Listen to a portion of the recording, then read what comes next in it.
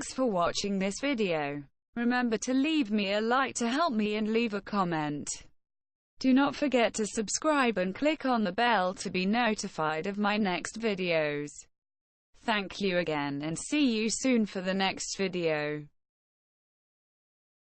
Merci d'avoir regardé cette vidéo. Pensez à me laisser un like, un pouce bleu en l'air pour m'encourager et bien sûr à mettre un commentaire sous cette vidéo. Pensez également à vous abonner et à cliquer sur la cloche pour être prévenu de la parution de la prochaine vidéo. Encore merci et à bientôt pour la nouvelle vidéo.